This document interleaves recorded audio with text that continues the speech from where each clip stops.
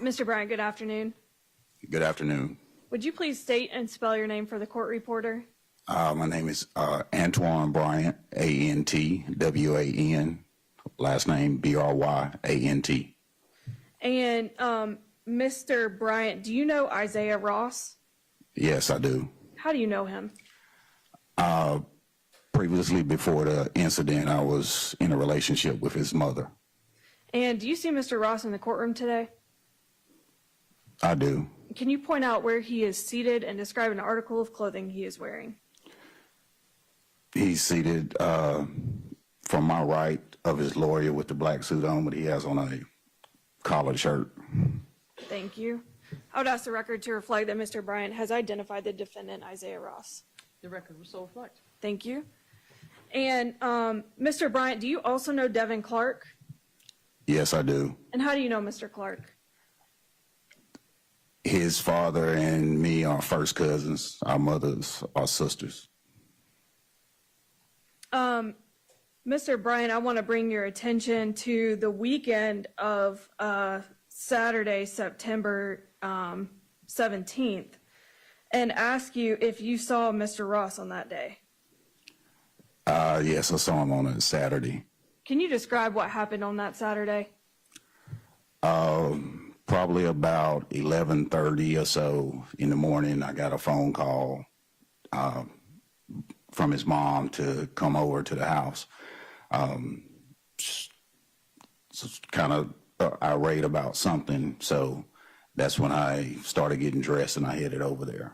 What happened, or around what time was that? I probably arrived maybe about 12 o'clock. And what happened when you, or where did you go? I went to her apartment where she was staying. Where is that? At Deerfield. And what happened when you got there?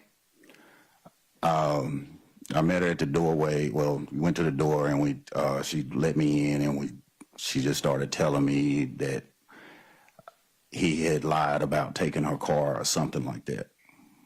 And was Mr. Ross there? Yes. And what else happened while you were there?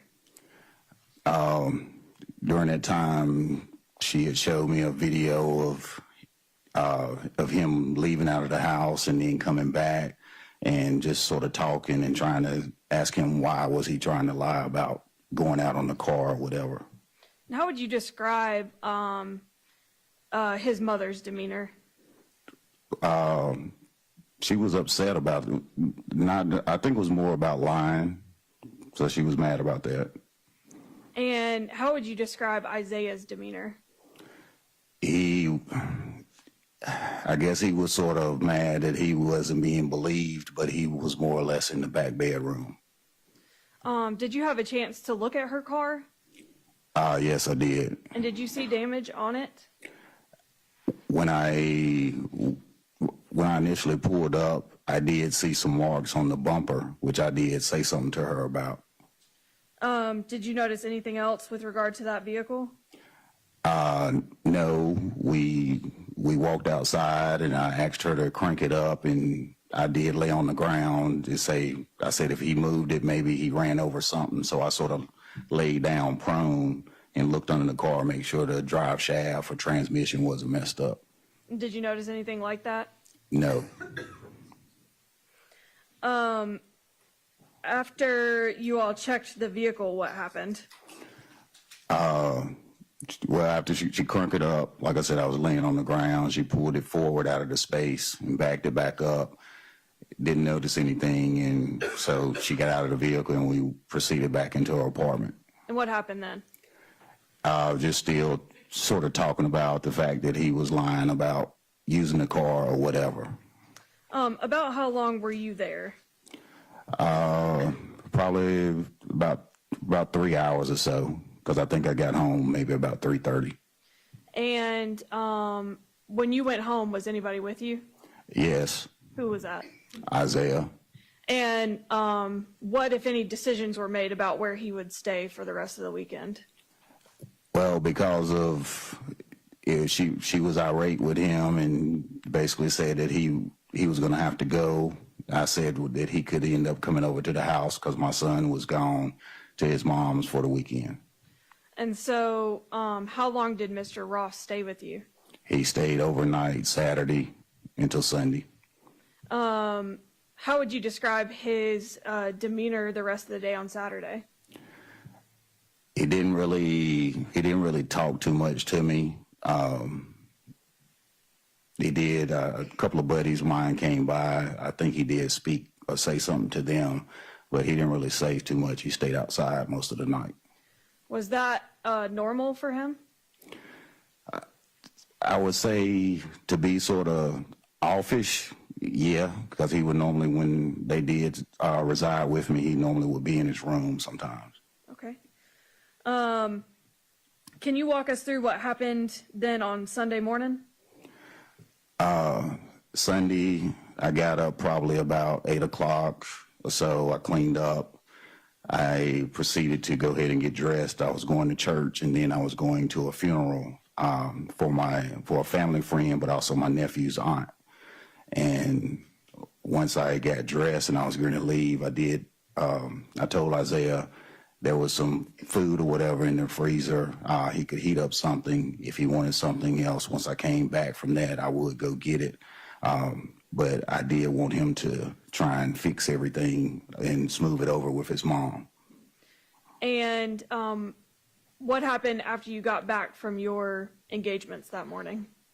Well, after I went to church, and then I went to the funeral, which was at a different location. And at that time, that's when I talked to my nephew, and that's when I found out that my cousin Devin was missing. So after church, I went straight to my cousin Maurice's house, and he was sitting out in the yard. I remember he had some shades on, and he was talking with his sister that's right beneath him. And so we were just standing out there, and he was just telling me that he hadn't talked to him, and I was like, that was weird. And so about that time, I told him I was going to have to leave, but I may come back, but I was going to have to take my ex-girlfriend's son to catch a bus because he was thinking about going back and stay with his father. And who is Maurice? Maurice is Devin's dad. Does he also go by another name? Yeah, his real name is Dexter, but we have the same middle name, so he goes by Maurice, not me. Now, what time did you go back home after visiting with Maurice? I want to say it was probably about 3 o'clock. And what happened when you got there? At that time, I was changing clothes, and I was sort of still I was in another room, but I was sort of loud talking, just trying to say little things to Issiah, telling him asked him had he called his mom, was he going to fix this? He doesn't need to, be upset or have her upset with him, and, whatever. And how did the plan come about or come to your attention for him to go to the bus station? Well, he told me that he had talked to her.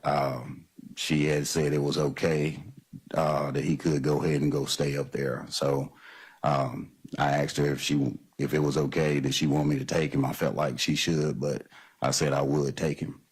Was there any discussion of this going to Delaware on Saturday? I think he did say something about it on that Saturday. He was going to go up there, but I kept telling him it wasn't right.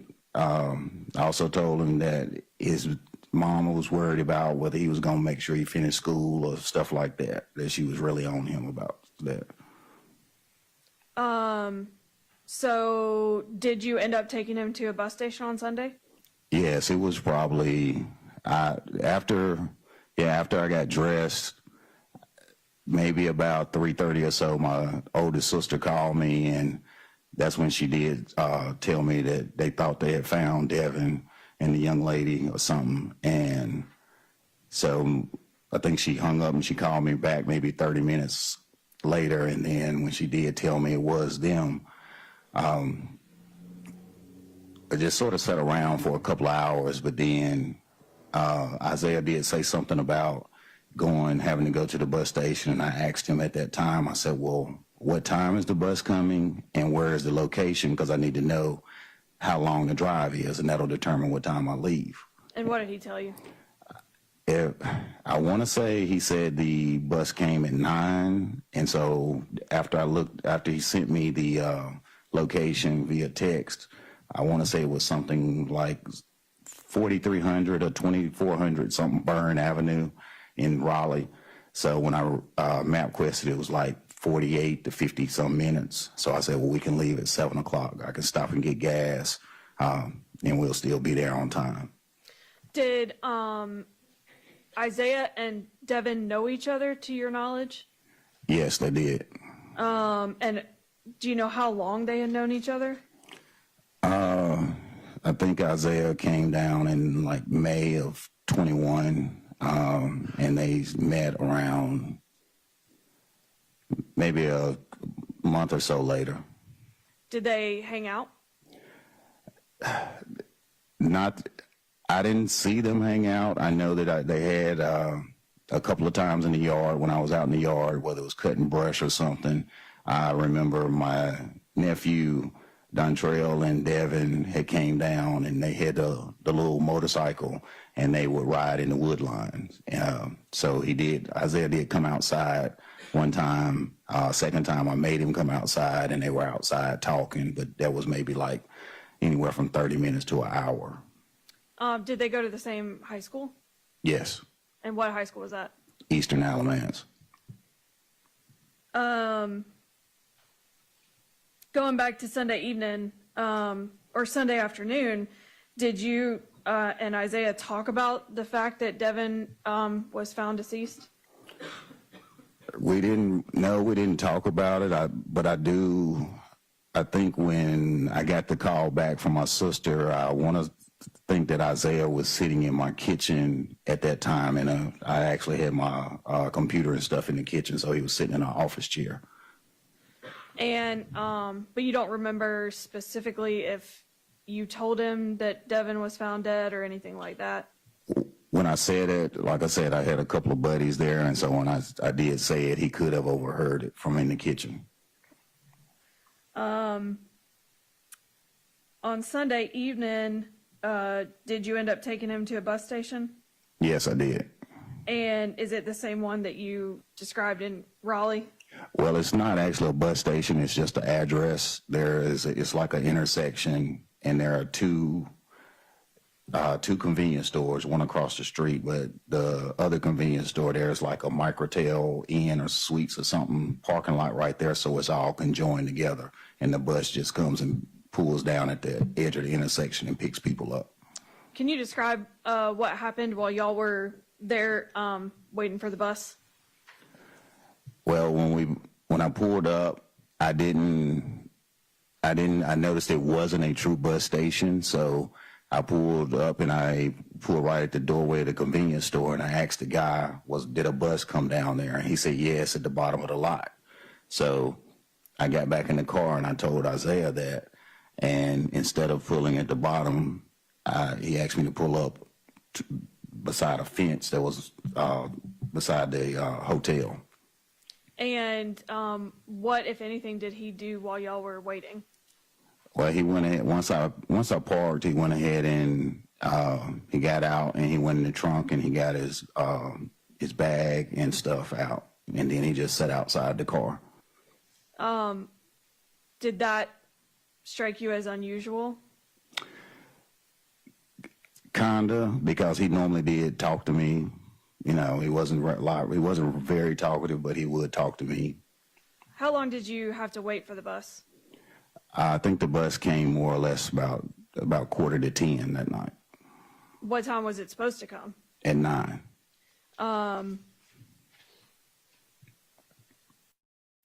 Did Issiah talk to you at all while you were waiting for the bus? It was probably a few words. Like I said, he sat outside the car, so I was having to let my window down if I did say something to him or whatever. He was normally, I can't say if he was really on his phone a lot or something like that because of the location where he was sitting. Where was that? It was more on my passenger side of my car, but where my backseat rider door would open, he was kind of a little behind that, so it was a little obstructive view from my rear view. So I was having to lean forward and stuff to sort of see him, but I was just saying stuff like, hey, I hope you finish school. I don't know what's going on. You need to fix this, stuff like that. What kind of stuff did he bring with him from his mother's house to your house? I assumed it was clothes because when I did walk to his room at his mom's house, at first the door was shut and I asked him to open it and I was telling him to hurry up. So he put a lot of stuff in a suitcase and then he filled up like 2 white trash bags of clothes. And did he take all of those items with him when he got on the bus as well? All I know is once he got to the house, I want to say maybe either from that Saturday or that Sunday while I was gone, because he did get up early Sunday once I got up, and I think he was trying to consolidate that stuff out of the 2 bags or whatever.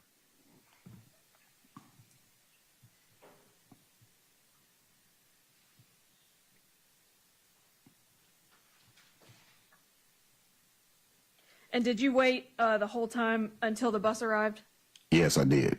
And once it arrived, what happened? Well, once it arrived, he grabbed his stuff and he sort of took off and went to the bottom of the lot. And he was going to get on the bus, and I pulled down there and I took a couple of pictures of him to try and let his mom know that I didn't just drop him off and leave him somewhere, because I wouldn't want nobody to do my kid like that. Sure.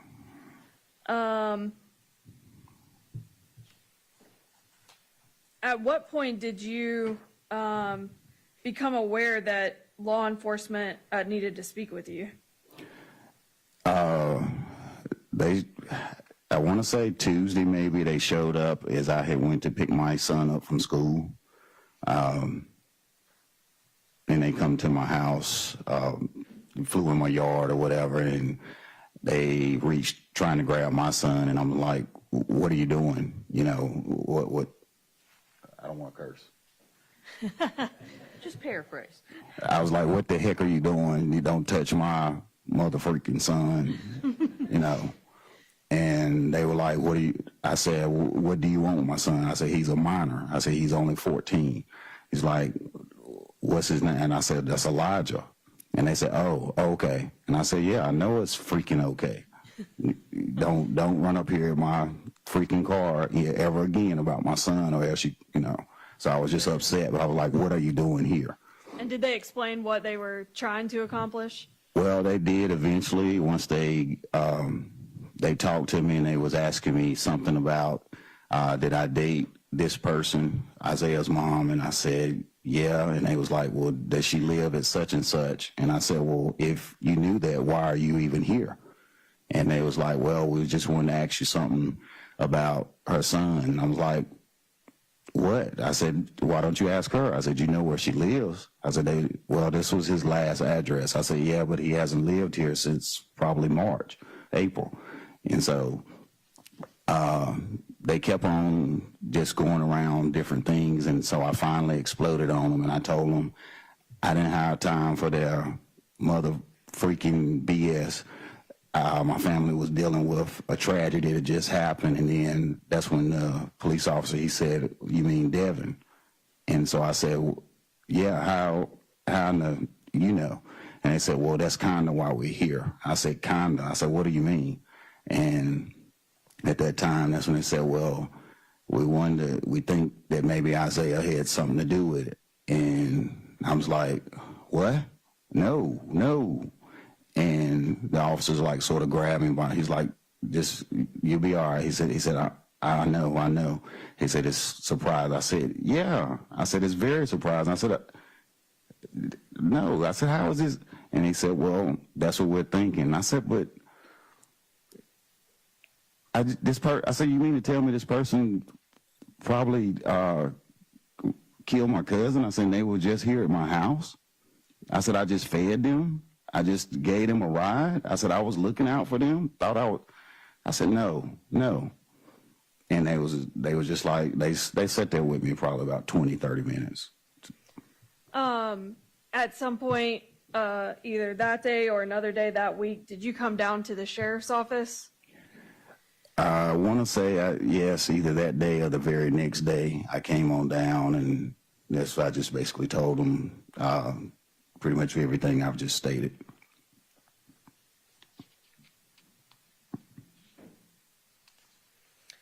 Since you dropped Issiah off at the bus station on that Sunday, have you had any contact with him?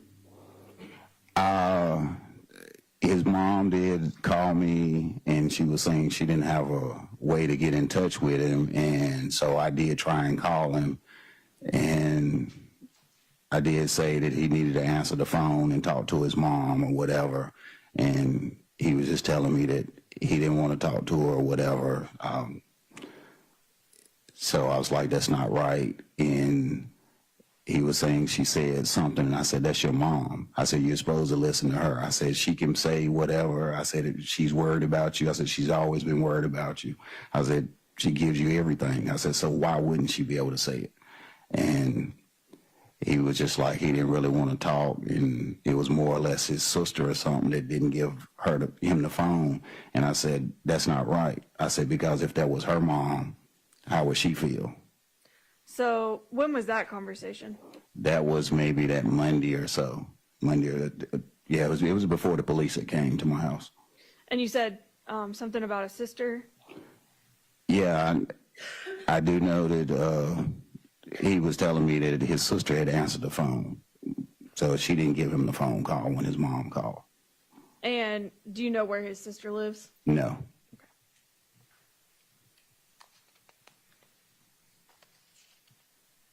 If I could have just one moment, Your Honor, please. Yes, ma'am. Thank you.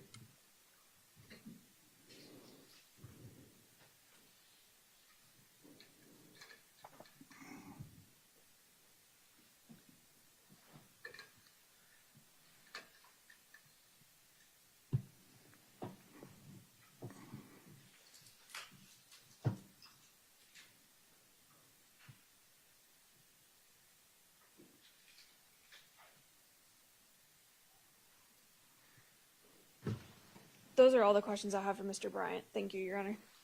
Cross-examination. Yes, please. Good afternoon, Mr. Bryant. Good afternoon.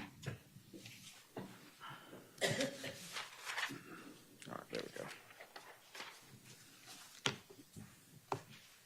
So prior to the time that you went over to Ms. Cordero's apartment, that would have been, I guess, Saturday, September 17th, Mr. Ross had actually lived in your residence. Is that right? That's correct. And he lived there for how long? Close to a year. Okay, so he was there, Ms. Cordero was there, and I guess his sister was there too? Yes.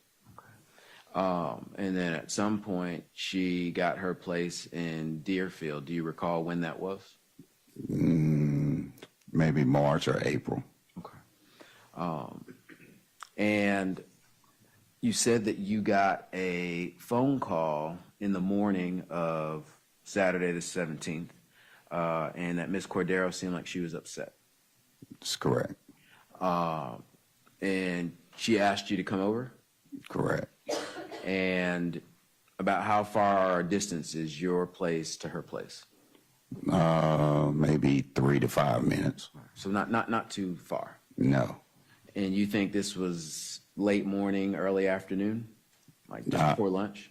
Yes, I know it was. Okay. And when you got there, you said that you, let me rewind. Did you know before you got there that this had something to do with her car? She was saying, like I said, she was really upset. I know she was sort of yelling in the phone. There was a few expletives. He lied, or he's lying or something, or whatever. And so I was just trying to get dressed and just come and get over there. You had mentioned before that when you were outside, you took a look at the car, and that's why I was trying to figure out, did you know that this issue at that time had to deal with the lying or whatever, had to deal with her car?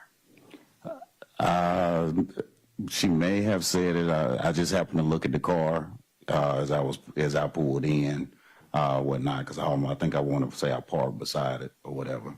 And you said you noticed some damage to the front bumper area of the car, right? Well, it was some black marks on the bumper. Okay. And was it at that time that you went underneath the car and looked to see if there was any damage when you saw that scratch by the bumper? No, I waited till me and her went outside, and then that's when I did that. Okay. And did you notice anything else on the car, on the outside of the car, that drew your attention other than the black streaks? No. Okay. And so when you went inside,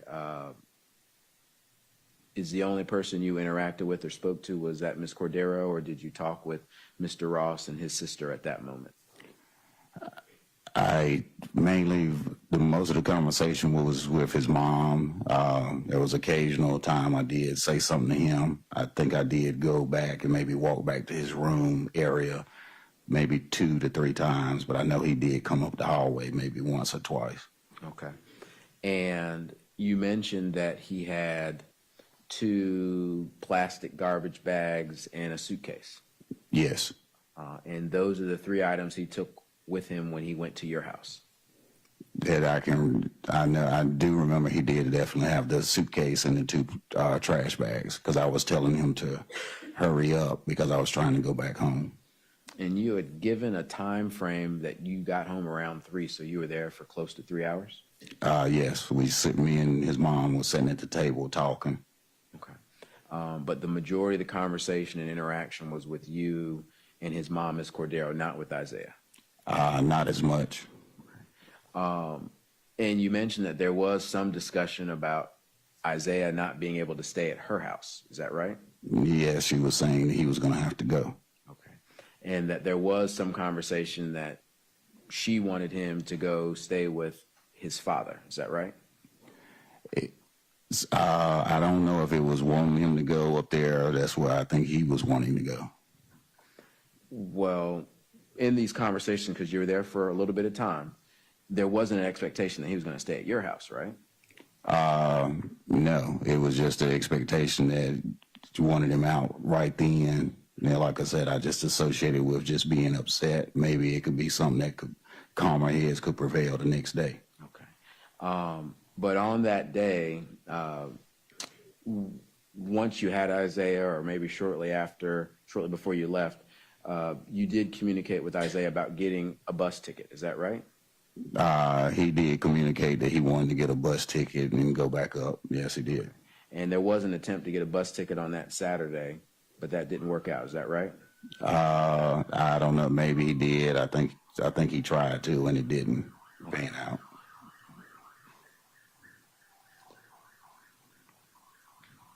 But eventually, a bus ticket was purchased, and that was for Sunday evening. Is that right? To my knowledge, yes. And so that Sunday, I think you mentioned you went to church and went to a funeral. Correct. And then maybe you got back around 3 or so? Yes. And then after you found out the time that the bus was leaving and that it was all the way out in Raleigh and how far it was, that's when you decided you're going to leave around 7. Correct. And once you guys got to the location, you had to wait because the bus was late. Is that right? Correct. Now, when you got to the location, you said Issiah sat outside your vehicle, right? Yes. Were there are other people sitting outside waiting for the bus? Is that correct? Not where I was parked at. But other people in the vicinity? I can't say that where I was at the top of a lot. If other people were waiting, they were probably waiting in cars or something like that. It was across the lot. Okay. And so when the bus arrived and Issiah got on the bus, you could physically see him get on the bus, right? Yes. Okay. And when you saw him get on the bus, you saw other people get on the bus too, right? Yes. Okay. And after he got on the bus, you did talk to him on the phone again. Is that right? I may have called him as soon as he got on and got settled on. I was like, hey, I'm headed on back down the road or something like that. So this conversation about, hey, you really need to work things out with your mom, that wasn't on the phone? No, I said that when we were leaving from his mom's house to my house. I said it Saturday. I also said it to him Sunday while we were sitting around my house. Okay. But it wasn't after the fact about, we need to reconcile, make sure you go finish school and all that other stuff. It wasn't after he had left. I told him several times, even while he was there and once he got on the bus, that he needs to make sure that he finished school. So the last time you saw or talked to him was when he was sitting outside the car waiting to get on the bus. No, that's not the last time. So you talked to him after he got on the bus. I said that I talked to him. I made a call. You asked did I make a call, and I said I may have, but then I also talked to him the next day when I was telling him about his mom could not reach him. Okay. So that would have been after the bus. That would have been once he had got to his destination. I apologize. So after he left your presence on the bus, you talked to him on the phone the next day, which would be Monday. Yes, I think so. Okay. And that's when you had the conversation with him, maybe a further time about reconciling with his mother. Yeah, well, I was telling him he needed to fix that. He needed to make sure he answered her call and talk to her. Okay. Did you try and talk to him or reach out to him again after that day? I want to think so. Yeah. So you did talk to him again? Yeah. Okay. Do you know around what time? If that was Monday that we know that you talked to him, what would have been? Would it have been Tuesday? Would it have been Wednesday? I think it was after, it may have been Tuesday or so. Okay. And in that conversation, was it a similar content or did you talk about something different? No, it was questioning, at the specific time when the police came, I was on the phone with his mother, so she heard what was going on, or some of it. So when you talked to Mr. Ross on the phone, his mom was in the background. Is that what you're saying? No, I said when I was talking to the police at my house, his mom was on the phone. I was talking to her on the phone. Okay. So you talked to his mom when the police came over? I was already on the phone with her. All right. And then so did you eventually patch Issiah in on three-way? Because I was just asking about Issiah. No, I didn't. I'm going to rephrase my question just so I make sure I have it clear. So after Monday, did you talk to Issiah again? No, I said I don't think I did. I don't think I did. It was actually Monday was the only day. I talked to his mom on the next day, and that's when I was trying to figure out what was going on because she was already on the phone with me when the police came up in my yard. Okay. So she sort of heard the interaction with me and the police. All right. Sorry, I was confused. Thank you for clearing that up. So you said you go to pick up your son, and that was that Tuesday. Yes. When you're, I guess, pulling into the parking lot or pulling into the driveway, that's when they kind of surround you and your son. Is that fair to say? Well, they flew in on I think I wanted to say a white Tahoe truck. Okay. And they went as far as kind of putting their hands on your son when you guys are trying to get out the car? Well, getting to reach into the car or whatever. They came up to the car, and that's when I was like, well, I exploded because I didn't know what was going on. Right. And at some point, they gave some explanation as to why they were there. Is that right? Yes, after me and my son both got out of the car, and I instructed him to go on in the house. They asked if they could search your residence. Isn't that right? I want to say, yeah. And you said sure. Yeah. All right. And they didn't find anything in your residence. Is that right? Correct. And I'm assuming they asked you about all your interactions you had with Issiah and his mom that, a couple days prior. Is that right? Well, they just asked me about the weekend. Okay. And while Issiah was staying with you, that would have been Saturday into Sunday, nobody came over. Is that right? That you're aware of? My buddies came by. Nobody for Issiah? Not that I'm aware of. And when your buddies came by, did you guys watch TV? What did you all? We was watching football. Was Issiah with you at all? Issiah was outside most of the time. Okay.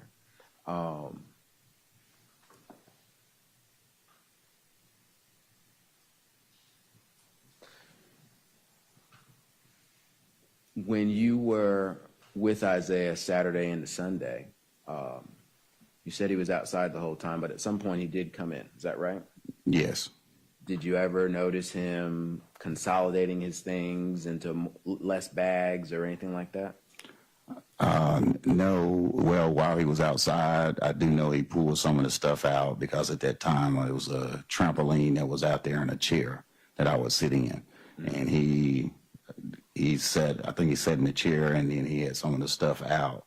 And then Sunday morning, he went outside once I was taking a shower because I did come out and told him to make sure he closed my door and trunk and don't run my battery down. He didn't have money for a car battery. Understood. You were also asked about whether or not Issiah and Devin knew each other. Correct. And you described that shortly after Issiah moved down here, that I guess they met. So if he came down in May, they may have met sometime in June or July. Is that about right? Yeah. And that would have been in 2021. Yes. And after that time, how many times did you see them together? Like I said, only the couple of times in the yard. In your yard? Yes. And so you never saw them at Devin's house or any other? No. Okay. And in their interactions, do you recall, how would you describe them? Were they cordial? Like, what were they like? Well, they was just meetings, so yeah, they were cordial. I mean, and Issiah lived with you for about a year. There was never a time when they would hang out outside of him coming over to your house to be in the yard? I never saw them as far as that. Like I said, most of the time, once he came in from school, he was pretty much at the house. He was dealing with his computer or his music or something. Okay. And these events that were at your house outside of, maybe even this first one, were these like family functions, like birthday parties or family reunions? What were they like? No, my sister lives next door. My cousin Dexter, he stays less than a quarter mile down the street. Some other cousins stay within a mile as well, so we're all right there. It's nothing to actually see each other. What was it like, a cookout? Was there music, or was there an event or occasion when they were coming out, or was it just family just gets together because we live nearby? Pretty much. Okay. And were there any festivities or activities that would occur at these outings in the yard? No, I was cutting limbs or cutting brush or whatever when they were talking. The other time, like I said, the boys come down on the motorcycle and they got to ride out in the woods, and Issiah wanted to ride. And I did question him about it because I told him if he didn't know how, don't get on that bike, it could hurt you. Mm-hmm. And he did proceed, he got on it, and after a few minutes, we didn't hear anything. So Devin and my nephew, Dontrell, took off to the wood line, and they went and got him and pushed the bike back. Okay. And you mentioned that they also went to the same high school. Is that right? Correct. Did they ride the same bus? Was there any other kind of interactions that they would have had outside of seeing each other in your yard? They would have been on the same bus. Like I said, Issiah, he went up, he would go and catch the bus up at the top of the street. So if they got on the bus, if my cousin Devin and if they rode the bus, they would have probably saw each other.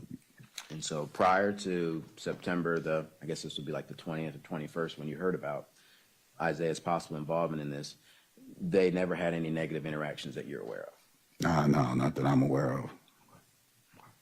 One moment, Judge. Yes, sir.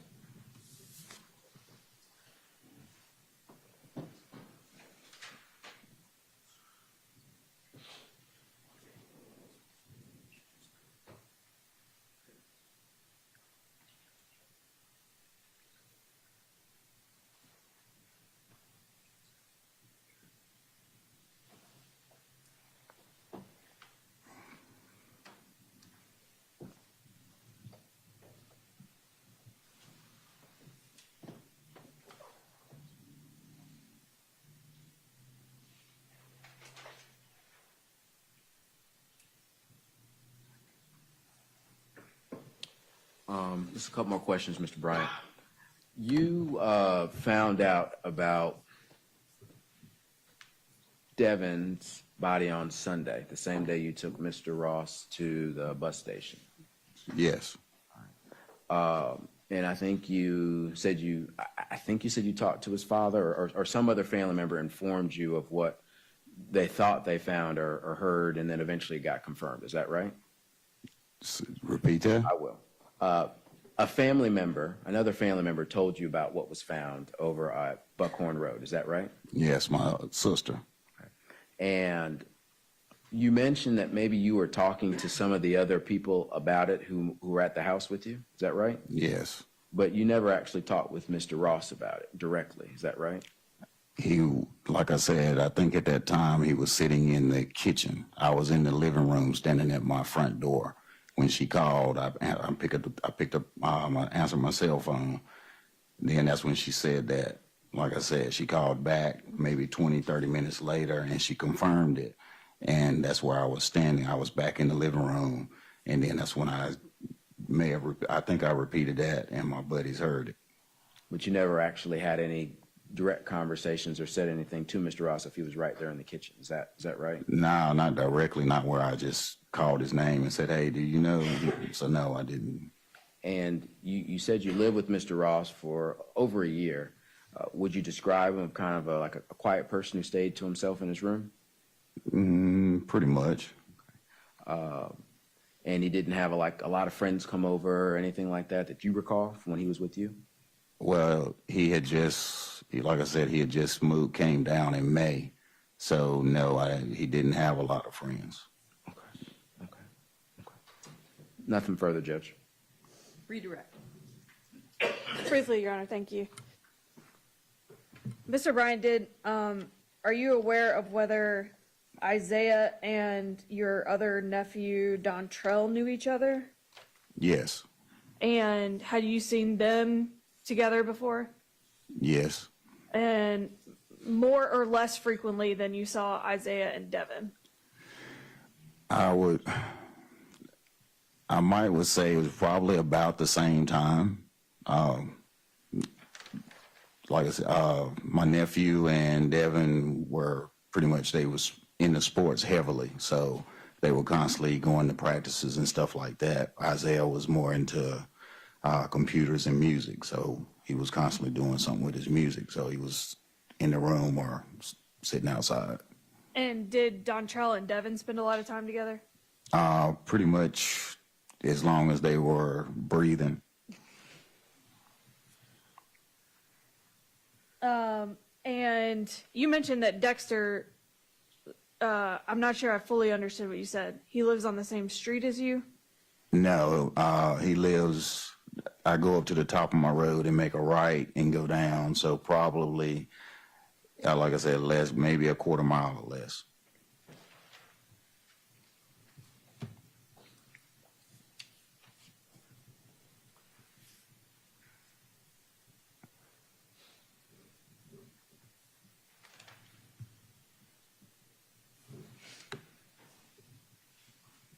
On that Sunday morning, when you were gone to church and the funeral, about how long were you gone? I want to say from maybe about 10:30 to almost right at 3 o'clock.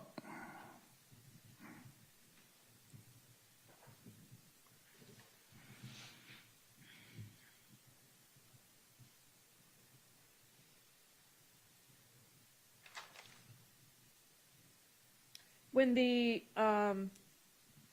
officers or investigators asked if they could search inside your residence, where did they search?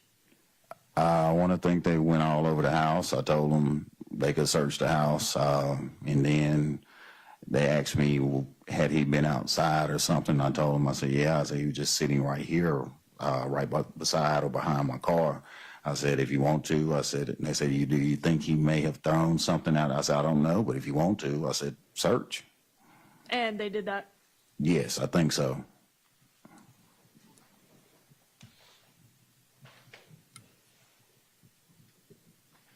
That's all the redirect I have, Your Honor. Thank you. Recross? No recross. All right. Mr. Bryant, thank you very much for being here. Thank you. You're excused at this time. All right, thank you.